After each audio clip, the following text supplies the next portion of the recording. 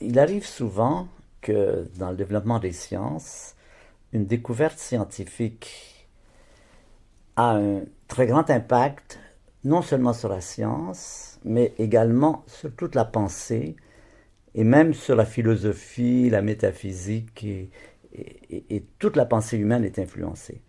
Et un exemple classique, c'est bien sûr quand Galilée, après Kepler, Tycho Brahe, ont découvert cette chose fondamentale, que la Terre n'est pas le centre du monde, que l'univers est très grand.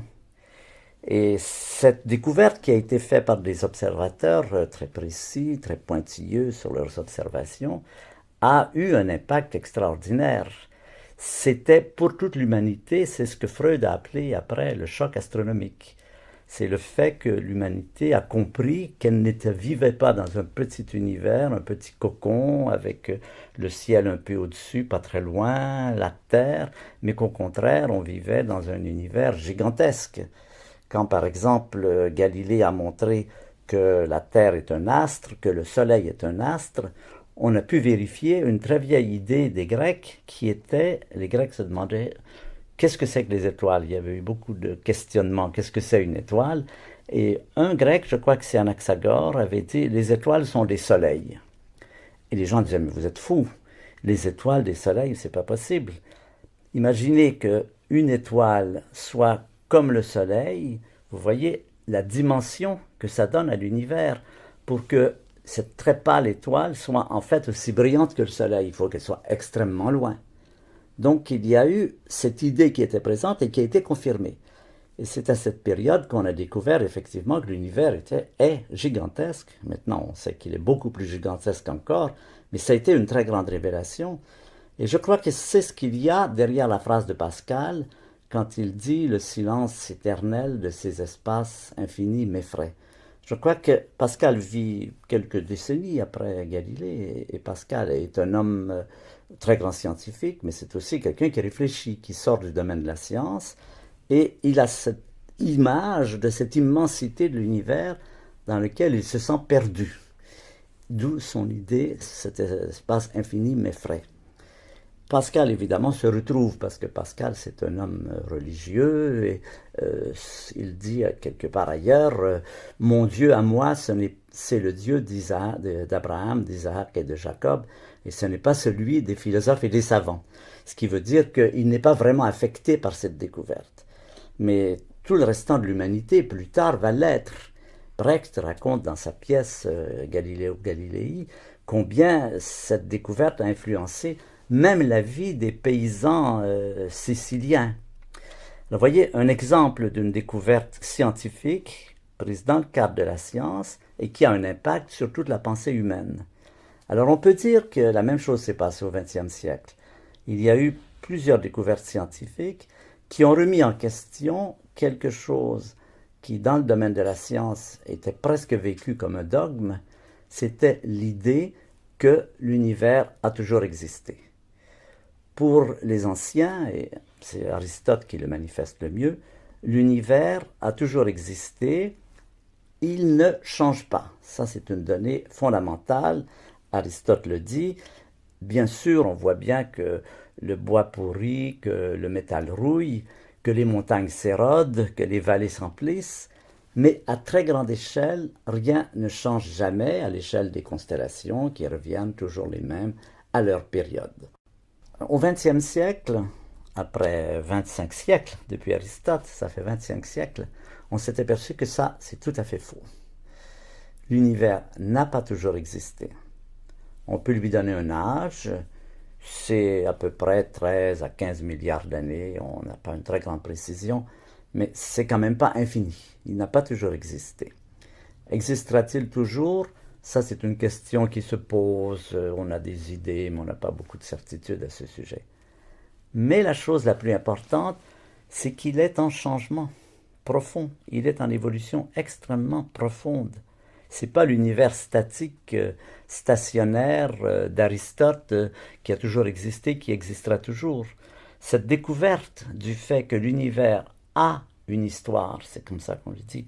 Si ça existe depuis toujours, ça n'a pas d'histoire. Si c'est toujours le même, ça n'a pas d'histoire.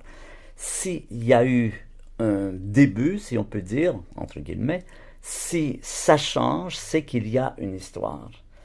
Et je dirais que tout au long du XXe siècle, on a pu étudier cette histoire. Et les scientifiques sont devenus en fait des historiens. Ils travaillent comme les historiens, comme les préhistoriens en fait.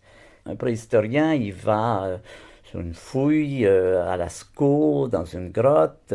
Il va essayer de reconstituer un passé disparu à partir de quelques éléments qui sont des pierres taillées, des bois sculptés, des dessins.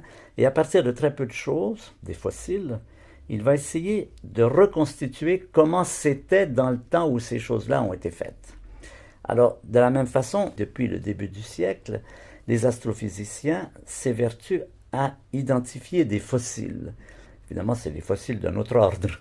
Les fossiles que les physiciens étudient, ce sont les propriétés de l'espace, c'est la lumière, la quantité de lumière, les atomes. Il y a beaucoup d'éléments comme ça avec lesquels nous vivons, qui nous sont familiers, mais que nous pouvons maintenant identifier quant au fait qu'ils ont été formés, qu'ils ont été constitués à une période qu'on peut identifier. Et à partir du fait qu'on puisse identifier cette période, on peut savoir comment était l'univers au moment où ils se sont formés. C'est tout à fait analogue au bois sculpté des préhistoriens. Alors, à partir de tout cela, en accumulant des quantités de fossiles, en essayant de les interpréter, on est arrivé à reconstituer à peu près ce qui s'est passé, c'est-à-dire d'abord à dire quelles sont les différences entre l'univers d'aujourd'hui que nous connaissons et l'univers le plus ancien sur lequel nous puissions regarder. J'emploie ce terme-là, je ne dis pas le début. Tout à l'heure, quand j'ai dit début, j'ai dit avec des guillemets. En fait, du début, on ne sait rien.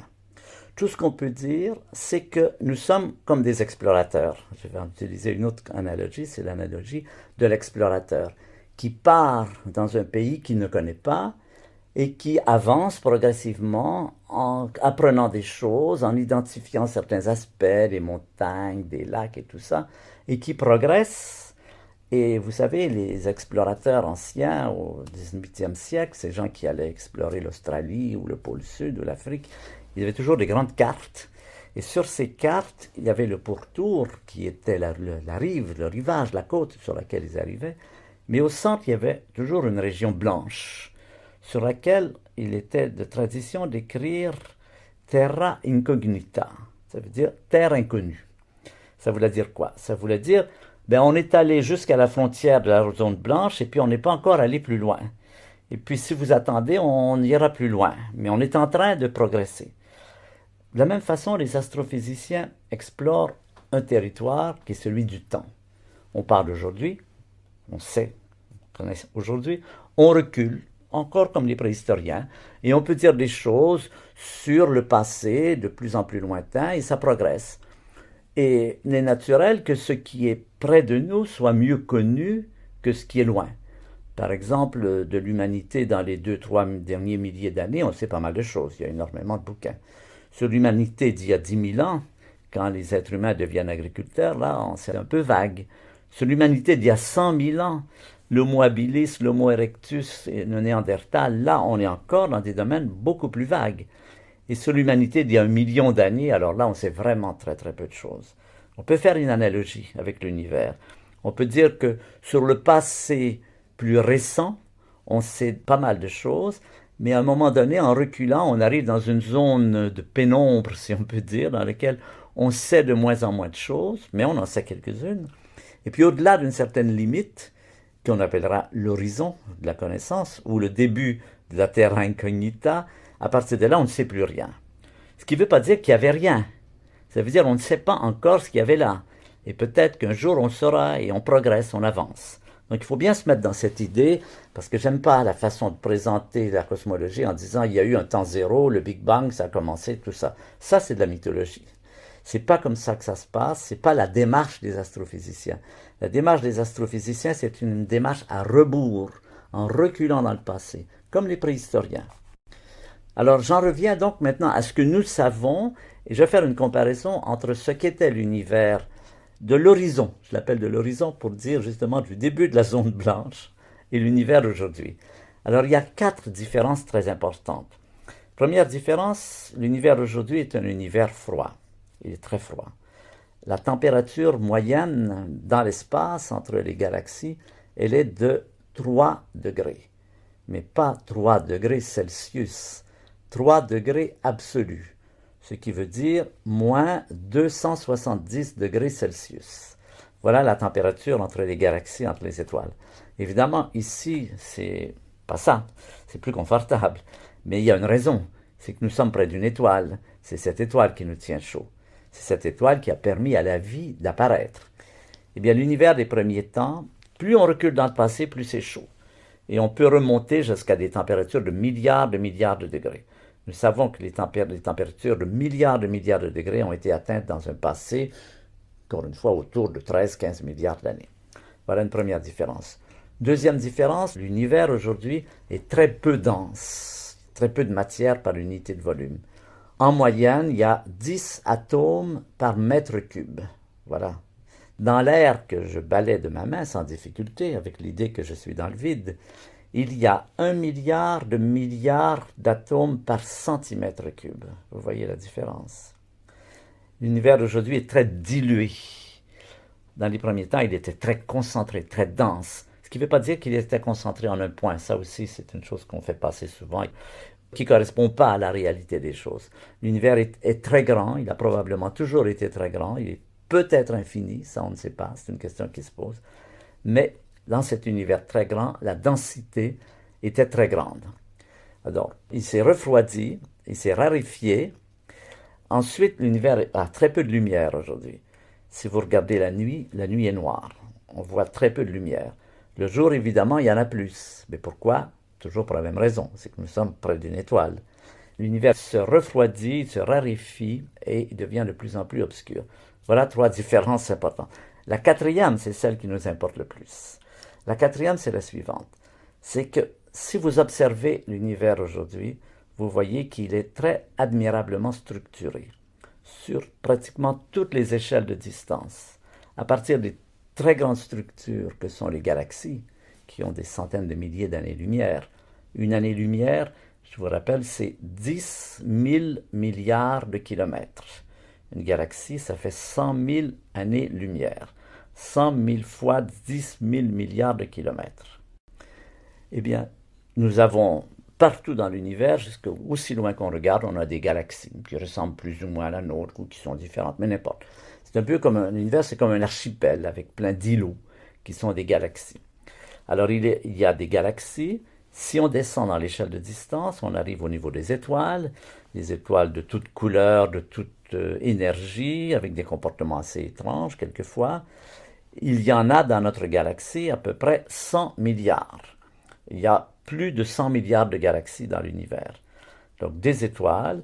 Ensuite, à une échelle plus faible, il y a des planètes comme la Terre, la Lune, les satellites, les météorites, les comètes, tout ce que nous voyons à cette échelle de quelques milliers de kilomètres, jusqu'à millions de kilomètres.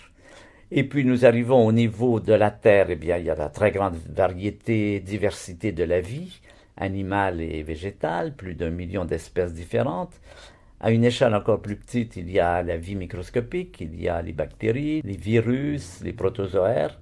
Et puis quand on descend dans l'échelle des structures, on arrive au niveau des molécules géantes, les protéines, l'ADN. À une échelle encore plus faible, il y a des molécules simples, de l'eau, du gaz carbonique, du méthane, de l'ammoniac. En descendant toujours dans l'échelle, on arrive au niveau des atomes. Les atomes carbone, azote, hydrogène, fer, en fait, toute la table de Mendeleïev, le plomb, l'or, l'hydrogène. À une échelle encore plus petite, on arrive au noyau des atomes, les protons, les neutrons qui forment le noyau des atomes. Eh bien, toutes ces structures qui habitent notre univers aujourd'hui, il y a des galaxies, il y a des étoiles, il y a des planètes, il y a des êtres vivants, sur la Terre en tout cas, il y a des molécules, il y a des atomes. Tout cela n'existait pas dans les tout premiers temps de l'univers. Voilà une différence essentielle. C'était un univers qui n'avait aucune structuration. Il était fait de quoi? Eh bien, il était fait de ce que nous appelons des particules élémentaires. Les particules élémentaires, ce sont les électrons, du courant électrique. Ce sont les photons de la lumière. Ce sont les quarks, Q-U-A-R-K. Quarks sont les composants des protons et des neutrons. Et puis d'autres particules qui s'appellent les neutrinos. Il y en a toute une variété. On en trouve toujours la liste à la fin des bons livres de physique. C'est écrit particules élémentaires de la physique, propriétés, masse, charge, spin, etc. Bien voilà, le tout premier temps, les temps les plus anciens de l'univers, on peut les comparer à une immense soupe dans laquelle il y a ces particules élémentaires qui s'agitent, qui se baladent à gauche et à droite. Et j'aime souvent faire la comparaison avec le langage écrit. Ces particules élémentaires sont un peu l'équivalent des lettres par rapport au langage écrit. Les lettres sont comme les particules élémentaires du langage. Vous prenez des lettres, vous en faites des mots. Vous prenez des mots, vous en faites des phrases, vous en faites des paragraphes, vous en faites des chapitres, des livres, des collections, des bibliothèques. Tout notre savoir humain, il y a différents alphabets, mais la racine est toujours, le truc est toujours le même. Vous prenez des lettres, vous en faites des mots, et les mots ont une propriété que n'ont pas les lettres, c'est le sens du mot. Si je dis N-O-I-R, tout de suite, une image est venue dans votre tête. Elle n'est pas venue quand j'ai dit N. Il a fallu que je mette les 4 lettres dans l'ordre précis. Si je mélange l'ordre, ça ne marche pas. Vous avez ce qu'on appelle une propriété émergente. Le sens du mot est une propriété émergente de l'association de ces lettres dans cette façon précise. C'est conventionnel, c'est historique, mais n'importe. Et puis ensuite, je reprends ces mots et je rejoue le même jeu. Je les associe et j'en fais une phrase. Je dis « La nuit est noire ». À nouveau, propriété émergente. J'en fais des paragraphes. Mais ce mode de construction de tous les langages humains, on s'aperçoit que la nature l'utilise. La nature, je ne sais pas qui c'est la nature, hein, je dis la nature entre guillemets. La nature l'utilise depuis les tout premiers temps de l'univers. On peut dire, en paraphrasant Lacan, la nature est structurée comme un langage. Elle a exactement le même mode de formation des structures. Vous prenez des atomes, par exemple, que vous allez considérer comme des lettres, l'hydrogène et l'oxygène, vous mettez 2 hydrogènes et un oxygène, vous faites de l'eau. L'eau est un mot par rapport aux atomes qui sont comme les lettres. L'eau a des propriétés, que nous connaissons tous, qui ne sont pas présentes dans les différents atomes, mais qui émergent, qui sont des propriétés émergentes de l'association des atomes dans un ordre précis. De sorte qu'on peut dire, encore une fois, la nature est structurée comme un langage. C'est ce que racontent les différentes sciences. La physique, si on peut dire que chaque chapitre de la science vous raconte un peu de cette histoire. Vous prenez votre soupe aux lettres, votre soupe aux particules élémentaires. Quand j'étais enfant, on avait des soupes aux lettres, on sortait des petites lettres, on faisait des mots comme ça. Eh bien, on peut se représenter l'univers des temps les plus anciens comme une immense, torride et dense et lumineuse soupe aux lettres, c'est-à-dire purée. Purée, c'est mieux que soupe, parce que soupe, il y a déjà des grumeaux. Donc là, c'est une vraie purée bien homogène de particules élémentaires, électrons, photons, quarks, neutrinos, tout ça. Et ces particules-là, les tout premiers temps de l'univers sont caractérisés par le fait que ces particules sont complètement dissociées. Exactement comme les lettres dans ma soupe aux lettres. Et la comparaison avec aujourd'hui, c'est que ces structures, ces lettres sont maintenant associées. Et pour prendre un exemple qui résume assez bien la situation, je vais considérer votre corps à vous. Et le corps de chacun d'entre nous, et les tout premiers temps de l'univers. Notre corps est fait, en dernière analyse, de 2 particules, 2 variétés de particules, des électrons et des quarks. Encore une fois, les quarks sont les constituants des protons et des neutrons, donc de tous les noyaux d'atomes. Et pour faire un être humain, ça prend beaucoup de quarks et d'électrons. Pour vous donner une idée, c'est à peu près 100 milliards, 2 milliards, 2 milliards. 1 avec 29 zéros, 10 puissance 29. Voilà la quantité de quarks qui vous constitue, que vous touchez quand vous touchez votre corps. Ces quarks et ces électrons étaient déjà présents, nous avons toute raison de le croire, dans ces tout premiers temps de l'univers. Mais d'abord dans un état beaucoup plus chaud, c'est-à-dire il était beaucoup plus agité en définitive, mais en même temps, ils étaient complètement dissociés. Ils s'ignoraient complètement les uns les autres, un peu comme des boules sur une table de billard qui vont chacun de leur côté.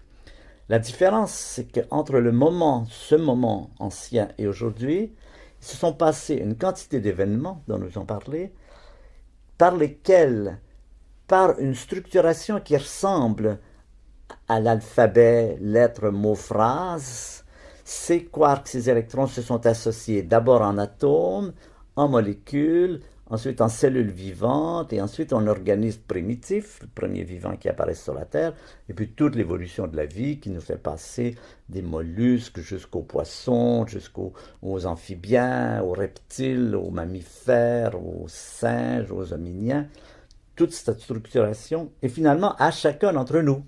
Chacun d'entre nous, constitué de toutes ces particules, on peut nous représenter, mais c'est une bien pauvre image, comme une gigantesque horloge dans laquelle chaque atome joue un rôle précis, comme les rouages d'une horloge. Et la différence, c'est qu'alors que ces particules étaient complètement dissociées, maintenant elles sont associées dans une structure absolument admirable qui est capable de faire les plus grandes prouesses qui ont été faites dans l'univers. La plus grande prouesse qui a jamais été faite dans l'univers, et c'est assez récent, c'est pas de gagner des médailles d'or aux Jeux olympiques, c'est simplement quand vous fermez les yeux et que vous dites « j'existe ».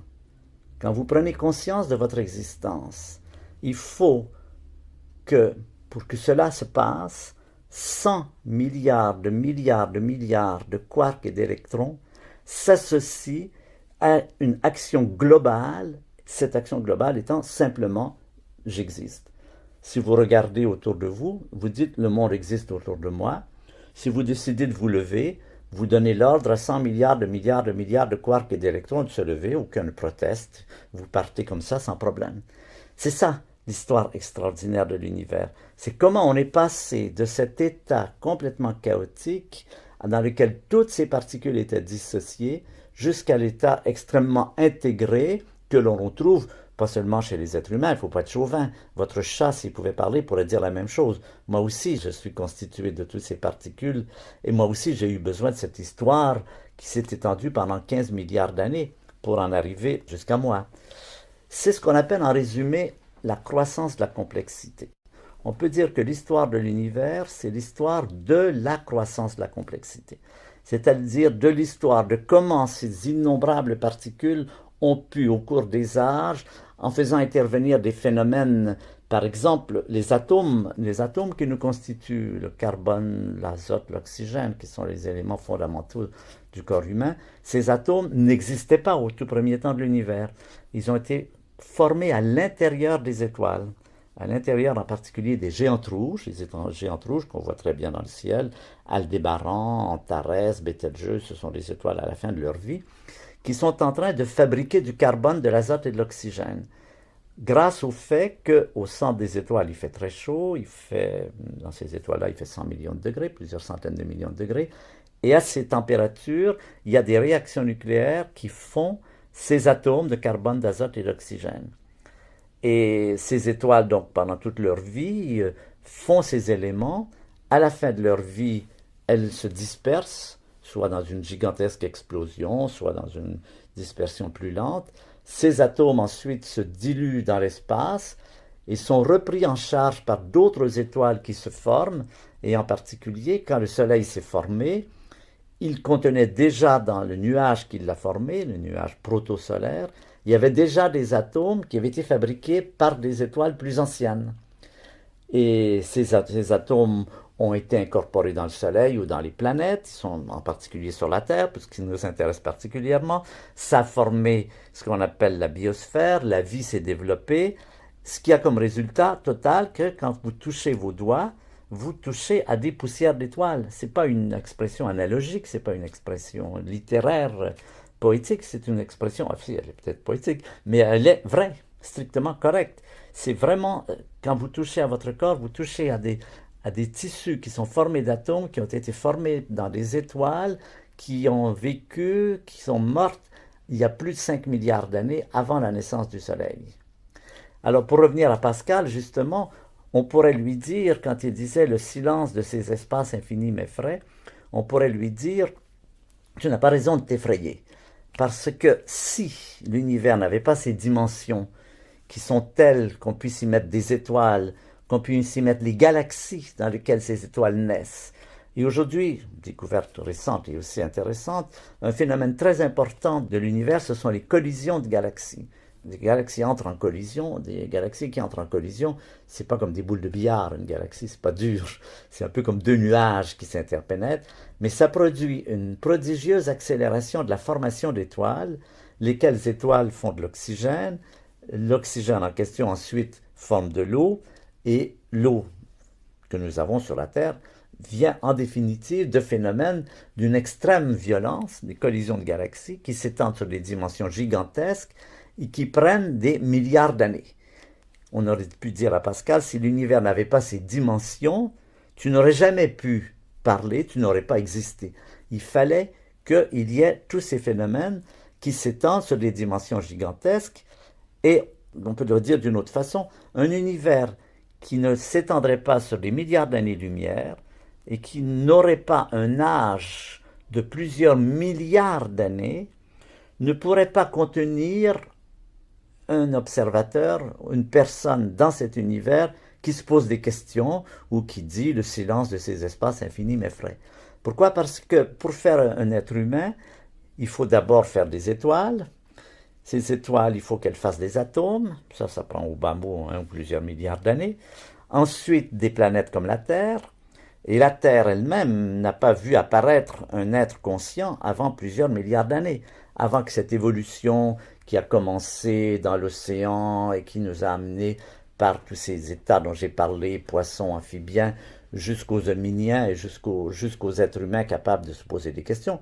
Peut-être les grands singes se posent des questions aussi, on ne sait pas très bien, mais en tout cas, on ne descend pas très loin dans l'ordre des animaux pour ne plus rencontrer cette propriété qui est la conscience et l'inquiétude et l'interrogation. Eh bien, on voit comment il faut qu'un univers ait des dimensions aussi gigantesques et un âge aussi grand pour qu'il ait pu évoluer de cette façon. Alors, regardons maintenant vers le futur. Qu'est-ce que, à partir de nos connaissances scientifiques, on peut dire sur le futur? D'abord, il faut être très prudent. Il faut dire que la science n'est pas un domaine de certitude. On fait des prédictions à partir de la science que l'on connaît à un moment donné, c'est-à-dire aujourd'hui. Et comme la science progresse, on ne peut pas prétendre à aucune certitude, mais on peut donner des tendances. Par exemple, j'ai parlé du fait que l'univers se refroidit. Alors, la question, évidemment, se pose de savoir s'il va se refroidir indéfiniment. Il faut dire que toute cette théorie du Big Bang, c'est essentiellement ça que j'ai développé, cette théorie du Big Bang, qui dit que l'univers a été chaud, dense, lumineux, qui se refroidit. C'est ça que ça dit, la théorie du Big Bang. Elle propose deux scénarios possibles pour l'avenir. Un premier scénario dans lequel ça va continuer à se refroidir indéfiniment, ça va se diluer, ça va être de plus en plus sombre. Le deuxième scénario, c'est au contraire qu'après s'être refroidi pendant un certain temps, ça va cesser de se refroidir et commencer à se réchauffer, donc retracer à l'envers ce qu'on a vécu dans le passé et retourner vers des températures très élevées, comme celles dont on a parlé au début.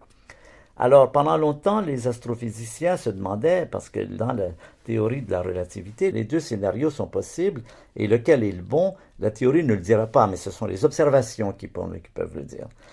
Il faut dire que les observations s'accumulent maintenant beaucoup plus en faveur du premier scénario, c'est-à-dire d'un univers qui va se refroidir indéfiniment, qui va passer des 3 degrés absolus dont j'ai parlé, au cours de milliards d'années, hein, pas de panique, tout ça se fait lentement, à 2 degrés, 1 degré, il va descendre progressivement sans jamais l'atteindre, ce qu'on appelle une descente asymptotique, c'est-à-dire qu'on n'atteint jamais, on diminue de moitié à chaque fois, vers le zéro absolu. Ça, c'est ce qui semble aujourd'hui le plus vraisemblable à la lumière des informations que l'on a. Mais encore une fois, attention, ça n'est pas une certitude. Alors, qu'est-ce que ça veut dire pour la vie, l'univers se refroidit? Eh bien, on peut dire, par un mauvais jeu de mots, que ça nous fait ni chaud ni froid. Parce que dans le fond, que l'univers soit à 3 degrés ou à 2, pour nous, ça ne change rien. Tout ce qu'on lui demande, c'est pas trop se réchauffer. Pourquoi? Parce que la source de chaleur, pour nous, c'est le soleil. Ce qui nous importe, c'est d'avoir un soleil près de nous qui nous réchauffe. Et ce que fait l'univers à grande distance, ça ne nous atteint pas personnellement. Donc notre futur, vraiment, le futur de la planète, ou plutôt de la vie sur la planète, et de la planète elle-même d'ailleurs, est très relié au futur du Soleil. Et là, nous savons que le Soleil, qui brûle son carburant, qui est de l'hydrogène, a déjà brûlé la moitié de son carburant dans ses 5 milliards d'années de vie, et qu'il va mourir dans à peu près 5 milliards d'années. Et la mort du Soleil, ça va être assez dramatique. Avant de s'éteindre, il va commencer par émettre beaucoup plus de lumière et il va vaporiser les planètes intérieures. Mercure, Vénus, la Terre et Mars vont retourner en vapeur, ce qui évidemment ne serait pas très sain pour nos descendants de 5 milliards d'années à venir. Mais il faut dire que 5 milliards d'années, c'est beaucoup de temps, et que même si le Soleil disparaît, il y a d'autres étoiles, et que la solution, ce sera certainement de faire d'immenses arches de Noé, et d'aller se chercher une étoile un peu plus sympathique. Évidemment, on ne peut pas le faire aujourd'hui, mais avec l'imagination de nos techniciens, on peut espérer que dans 5 milliards d'années, ils nous donneront le moyen de nous transporter vers d'autres étoiles. Donc ça n'est pas... Je dirais, le problème le plus urgent pour nous, c'est pas du tout cela. Le problème le plus urgent, c'est combien de temps cette planète va-t-elle demeurer habitable? C'est, bien sûr, je pose le problème de la détérioration de la planète. Il est clair que si l'on continue, si on regarde l'état de la planète en 1900 et en 2000, on s'aperçoit que la détérioration a été considérable. On a brûlé la moitié des forêts. On a puisé la moitié du pétrole. On pense qu'il reste moins de la moitié du pétrole qu'il y avait en 1900. Le gaz, le charbon, c'est la même chose. Le nucléaire, moi je ne suis pas pour le nucléaire, mais de toute façon, le nucléaire uranium, également, ce sera épuisé en un siècle ou deux. La seule source d'énergie possible, inépuisable, c'est l'énergie solaire. Et on peut dire que si, dans 1000 ans, il y a encore des gens sur la Terre, ce qu'on peut souhaiter, ce sera certainement avec de l'énergie solaire qu'ils se chaufferont. Mais revenons à notre problème de la détérioration de la planète. Il est clair que si l'on devait faire entre 2000 et 2100 la même chose qu'on a fait entre 1900 et 2000, la planète serait pratiquement inhabitable et il n'est pas certain qu'il y aurait des gens pour fêter l'an 2100. Vous savez, je crois que c'était Malraux qui disait le 21e siècle sera spirituel ou il ne sera pas. Je pense qu'en le paraphrasant, on pourra dire le 21e siècle sera vert ou bien il n'y aura personne pour célébrer le 22e siècle. Je crois que la situation est tout à fait dramatique. Nous le voyons tous les jours dans nos télévisions ou dans nos journaux. Il n'y a pas un jour qu'on nous rapporte une nouvelle catastrophe, un nouvel problème imprévu. Cependant, je crois qu'il ne faut pas perdre espoir. Il y a un éveil de la montée écologique qui nous donne un espoir. Par exemple, il y a plusieurs problèmes difficiles qu'on croyait impossibles à résoudre qui sont en train de se résoudre. Les pluies acides, par exemple, c'en est un exemple. La couche d'ozone, c'est difficile, mais on s'aperçoit qu'on pourra, avec une certaine attention, on pourra arriver à la guérir. J'aime beaucoup faire ce lien entre l'astronomie et l'écologie. Quel lien y a-t-il entre les deux? Eh bien, il y a le lien suivant.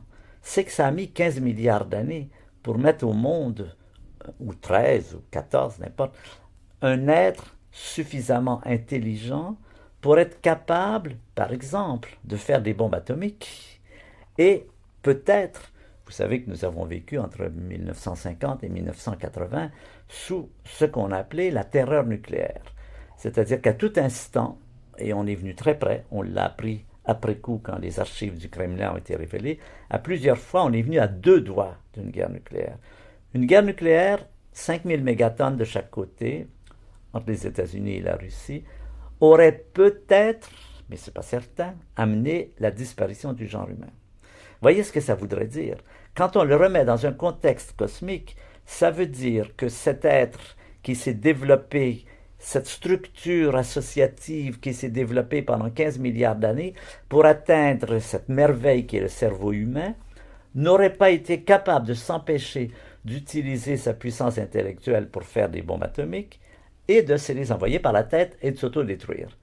Qu'est-ce qu'on aurait pu dire? On aurait pu dire tout ça, c'est un peu une farce cynique. Qu'est-ce que c'est que cette farce? On met 15 milliards d'années pour produire une merveille. Cette merveille n'a de cesse que de se détruire. Heureusement, la terreur nucléaire est terminée. Il n'y a plus de scénario aujourd'hui où on verrait une guerre mondiale avec des bombes nucléaires. L'Union soviétique n'existe plus. Il y aura peut-être des guerres locales, mais on imagine mal comment on arriverait à un scénario mondial. Cette menace s'est estompée, mais elle a donné place, elle a laissé la place, comme dit la SNCF, un train peut en cacher un autre, à une autre menace qui, elle, est beaucoup plus grave en un sens, même si elle n'est pas sur la même échelle de temps. Une guerre nucléaire, c'est 15 minutes. La destruction de l'humanité par sa détérioration, par l'épuisement des ressources naturelles, c'est pas un phénomène brutal, c'est un phénomène progressif, qui est déjà bien commencé d'ailleurs. Si vous allez un jour faire un tour au centre de Mexico ou du Caire, vous voyez un petit peu ce qu'est devenu la Terre. Nous sommes un peu dans des régions privilégiées ici, mais on le voit bien même avec les problèmes de pollution que nous avons continuellement. C'est la menace qui sévit aujourd'hui, et on voit que si on n'arrive pas à la résoudre, l'avenir de l'humanité pourrait être à beaucoup plus court terme qu'on le prévoit jusqu'ici. Et encore une fois, c'est important de le relier à cette histoire. Un jour, j'étais à Davos, où il y a cette réunion du World Economic Forum, où il y a tous les banquiers, les présidents, les fabricants de Coca-Cola, de tout ça. Et il m'avait demandé de faire une conférence, mais c'était un peu comme une cerise sur le gâteau. C'est bien d'avoir un scientifique comme ça qui vient nous distraire un peu, parce que nous, on parle de choses sérieuses. Et ils m'ont demandé si quelqu'un voulait me donner tout l'argent que je pouvais désirer. Qu'est-ce que j'en ferais? Quel projet scientifique je ferais? Alors, j'ai dit, j'aurais deux idées en tête. D'abord, j'aurais un projet en tant que scientifique, ce serait de faire des télescopes pour essayer de découvrir s'il y a de la vie ailleurs, entrer en conversation, finalement, savoir s'il y a des gens ailleurs. Ça, c'est vraiment la chose passionnante. Le deuxième, ce serait en tant que grand-père. Et en tant que grand-père, je mettrais toute l'énergie sur l'argent sur le développement de l'énergie solaire, sachant que l'énergie solaire, c'est la solution à long terme. Pas de pollution, pas d'effet de serre, pas d'épuisement des réserves. Je trouve idiot qu'on brûle le pétrole. Le pétrole, on peut en faire plein de choses. On en fait du plastique, on en fait de l'asphalte, il y a plein d'utilités. Brûler du pétrole dans nos voitures, c'est ridicule. Un jour, j'étais à l'EDF et l'EDF avait commencé à faire des recherches sur l'énergie solaire. Et j'ai dit, pourquoi avez-vous arrêté ce programme? Il a été interrompu. Ils ont dit, parce que c'était pas rentable. Pas rentable à court terme, pas rentable aujourd'hui. Mais si on pense à l'échelle de quelques dizaines d'années seulement, l'énergie solaire va devenir rentable. Et à ce moment-là, on va s'apercevoir qu'on a fait plein de bêtises. Brûler le pétrole, augmenter la température de la Terre et tout ça. Des choses qui auraient été évitables si on avait développé l'énergie solaire, les piles photovoltaïques en particulier, c'est-à-dire la possibilité d'avoir de l'électricité avec le soleil. C'est possible. C'est trop cher, mais c'est une question purement d'engineering. Est-ce que l'intelligence n'est pas un cadeau empoisonné? Est-ce que quand on donne l'intelligence à un être et qu'on s'aperçoit qu'il est incapable de s'empêcher de se détruire, est-ce que ce n'était pas une mauvaise idée? Mais la réponse, on ne le sait pas. On n'est pas autodétruit, nous avons encore des possibilités, nous pouvons encore nous en sortir, ça va être très difficile, mais la question se pose, et c'est nous, c'est les êtres humains, qui vont prouver, ou pas prouver, personne n'en sait rien, si la complexité est viable. Si un univers qui se lance dans cette expérience de la complexité n'est pas condamné finalement à jouer comme Sisyphe au rocher, c'est-à-dire à monter sa pierre et la laisser redescendre continuellement. Voilà la grande question qui se pose. Et ce n'est pas une question simplement à l'échelle de la Terre, parce qu'on peut dire, après tout, une guerre nucléaire sur la Terre, vous en faites beaucoup d'histoires, mais ce ne serait même pas visible de la première étoile. C'est vrai. Mais ce qu'on peut penser, ce qui n'est pas certain, mais ce qui est plausible, c'est que des aventures comme l'aventure de la Terre ont été vécues ou seront vécues sur d'autres planètes. il y a de bonnes raisons de penser, sans avoir la moindre certitude, que la vie s'est développée dans beaucoup, beaucoup, beaucoup de planètes semblables à la Terre, mais avec 100 milliards de galaxies qui contiennent chacune 100 milliards d'étoiles. Il y a de la place pour mettre du monde, il y a de la place pour mettre des étoiles et des planètes dans des régions habitables. Et si la vie s'est développée, ce qui est aussi vraisemblable, la vie a vraisemblablement suivi des cours assez semblables. Pourquoi? Parce que la vie doit répondre à une certaine logistique. La vie, d'abord, c'est manger et ne pas être mangé, c'est d'avoir des enfants pour se survivre, c'est d'avoir des avantages adaptatifs, c'est d'avoir des yeux, tout ce qui vous permet de survivre. Probablement que cette logistique qu'on découvre ici, tous les animaux ont des yeux, c'est pas pour rien, c'est parce que des yeux c'est bien pour essayer de se protéger et pour manger. Les êtres humains ont une intelligence qui est finalement une faculté adaptative extraordinaire. C'est mieux d'être intelligent quand on veut se protéger que de ne pas l'être. C'est ça qui nous donne à penser qu'il y a eu une évolution semblable. Tout ça, on est dans la plausibilité, là, hein, on n'est pas dans la certitude, on est dans le roman de science-fiction, mais qui a du sens. Et vraisemblablement, la science, la technologie, l'énergie nucléaire, le pétrole, tout ça a été découvert sur d'autres planètes. Et vraisemblablement, les civilisations extraterrestres, un jour ou l'autre, que ce soit dans le passé, il y en a peut-être qui vivent depuis beaucoup plus longtemps que nous, ont atteint un moment où leur planète a été pleine, c'est ce qui nous arrive, où il y a eu des problèmes d'épuisement des ressources naturelles, des problèmes de pollution, d'empoisonnement, de forêts à brûler. Et on peut penser que ce drame qui se joue aujourd'hui sur la Terre est un drame très commun dans l'univers. Et que si on faisait un grand voyage dans l'univers, on rencontrerait deux cas de figure. Un cas de figure, c'est les civilisations qui n'ont pas passé leur examen, parce que c'est vraiment un examen de passage. Êtes-vous capable de coexister avec votre puissance? Êtes-vous capable de vous empêcher de vous autodétruire avec votre intelligence, votre industrialisation, vos instincts guerriers, vos armes et tout ça? Alors, il y aura le cas de ces planètes qui n'ont pas réussi, et on trouverait quoi? Des débris toxiques, radioactifs, une planète morte où il y aurait peut-être des insectes. Apparemment, les insectes se débrouillent très bien dans ces conditions. Et puis d'autres planètes, au contraire, où des gens auraient réussi l'examen de passage, auraient réussi à résoudre ces problèmes et continueraient à développer toutes les merveilles que la nature contient dans son sac. Donc, c'est pour ça que je pense que c'est important de remettre ensemble ce problème concret que nous vivons, qui est la détérioration de la planète et les angoisses que nous avons quand nous voyons par exemple le protocole de Kyoto que personne n'a voulu accepter ou pratiquement sur l'air pur, les conférences qui se sont tenues un peu partout ou qui ont été des demi-échecs. Quand on voit qu'il n'y a pas une véritable aujourd'hui volonté de vouloir sauver la planète, qu'il y a toujours ce combat entre les économistes et les écologistes, eh bien, quand on voit ces questions, on se dit que peut-être la planète, qu'est-ce qui pourrait arriver à la planète? Il y a quelque chose de très préoccupant. Quand on regarde cette histoire de l'univers et qu'on voit cette croissance de la complexité, on se dit que ça se lit comme une belle histoire. On se dit, on voit les planètes, les galaxies, tout ça, on voit les atomes qui se forment, et on se pose la question, est-ce que ça correspond à un projet? Est-ce que tout ça était planifié? Est-ce que c'est quelque chose qui était voulu, donnez le sens que vous voulez? Et on se retrouve à se poser une question métaphysique dans le fond. Et d'ailleurs, c'est une question métaphysique que les êtres humains n'ont pas attendu les astrophysiciens pour se poser. La question de savoir si la vie a un sens, s'il y a un organisme, s'il y a un au-delà, s'il y a une transcendance, est une question que l'humanité s'est posée depuis toujours et à laquelle elle a répondu de façon extrêmement diverse. Il n'y a qu'à voir les centaines de formes religieuses, d'histoires, de Bibles, d'histoires saintes qu'on raconte un peu partout dans le monde. Chaque civilisation, pratiquement des plus petites aux plus grandes, a ce qu'on peut appeler son histoire sainte qui lui permet de donner un sens à sa vie. Un être humain ne peut pas vivre s'il pense que rien n'a de sens nulle part. Les gens ont peur de mourir, les gens sont angoissés. Mais il s'établit au travers de cela une relation avec quoi? Eh bien, avec quelque chose qu'il est très difficile de définir. D'une part, parce qu'on voit que, par exemple, entre le christianisme et le bouddhisme, il n'y a pas grand-chose en commun.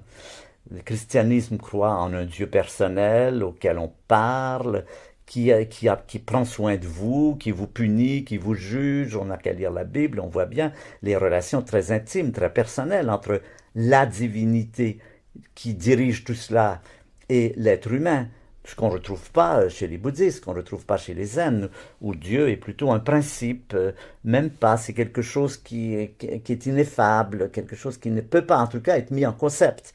Les bouddhistes sont tout à fait opposés à l'idée qu'on mette des concepts sur ces réalités qui se perçoivent d'une façon très différente. Alors qu'est-ce que ça veut dire qu'il y ait ces différences? Pour moi, ça veut dire une chose. D'une part, c'est qu'aucune religion n'a le monopole de la vérité. D'autre part, que chacune de ces façons de voir le monde, que ce soit le bouddhisme, les Indes, le Japon, le shintoïsme, l'islam, le christianisme, chacune atteint une sorte de facette différente de quelque chose qui nous dépasse et qui nous dépassera toujours infiniment. Quand les gens me demandent si je suis croyant, je leur dis toujours d'abord la réponse à la question, aux questions. Est-ce que Dieu existe? Est-ce que la vie a un sens? Est-ce qu'il y a quelque chose après la mort? Ces questions ne peuvent être que personnelles. Et les réponses ne peuvent être que personnelles. Les réponses, chacun se les fabrique. La science ne peut pas répondre à ces questions. La science ne peut pas vous dire si Dieu existe ou s'il n'existe pas d'ailleurs. La science ne peut pas vous dire ce qui est bien et ce qui n'est pas bien. Elle peut vous dire comment, par exemple, faire des manipulations génétiques. Elle ne peut absolument pas vous dire si c'est une bonne idée d'en faire ou de ne pas en faire. Ça, c'est pas dans son registre. La question est fondamentale, mais ça, c'est un domaine tout à fait à part. La morale, la religion, la génétique disent les valeurs. Qu'est-ce qui est bon? Qu'est-ce qui n'est pas bon? Qu'est-ce qu'il faut faire? Qu'est-ce qu'il ne faut pas faire? Chacun le décide. Dans quelle société voulons-nous vivre? La science ne peut rien dire à ce sujet, sinon donner des renseignements. La science, elle vous dit comment ça marche. Eh bien, c'est très important pour quelqu'un qui veut prendre un jugement de savoir comment ça marche. La question de savoir qu'est-ce qu'il y a derrière tout cela, c'est une question dont la seule réponse valable pour la personne qui la pose, c'est sa réponse à elle. Moi, personnellement, je n'ai pas vraiment de réponse. Quand je vais au concert et que j'entends un quatuor de Schubert et que je me dis cela pourrait-il être le fait du pur hasard, ça colle pas. Il y a quelque chose qui est démesuré là. Mais alors je me dis, si c'est pas le pur hasard, c'est quoi? Eh bien, je ne sais pas, justement. Ma question, c'est quoi si c'est pas le pur hasard? Je dis, je pense que je suis croyant. Les gens me disent, êtes-vous croyant? Je dis, je pense que oui, mais je ne sais pas très bien en quoi. En tout cas, en aucun des dogmes d'aucune des religions, qui me paraissent tous avoir un certain intérêt. Je ne dis pas que j'y crois pas, je crois qu'il y a un certain intérêt, mais je crois qu'aucune religion n'a le monopole de la vérité, ce qui a été le grand tort de l'Occident, et c'est à ce titre qu'on a fait des credos, qu'on a fait des guerres de religion, qu'on a fait des oppressions, des inquisitions, qu'on a pensé avoir atteint la vérité. Ça, c'est un mythe, et c'est un mythe dangereux. Ça n'est pas en créant des credos, ça n'est pas par les concepts que l'on peut atteindre à la profondeur des choses. Ça, c'est bien ce que les orientaux nous ont appris. C'est tout l'être, y compris les émotions, les sentiments, qui peut percevoir, qui peut se confronter à ce qu'il y a derrière la réalité. Ce n'est pas simplement les concepts, la logique et tout cela. Ça, pour moi, c'est une conviction.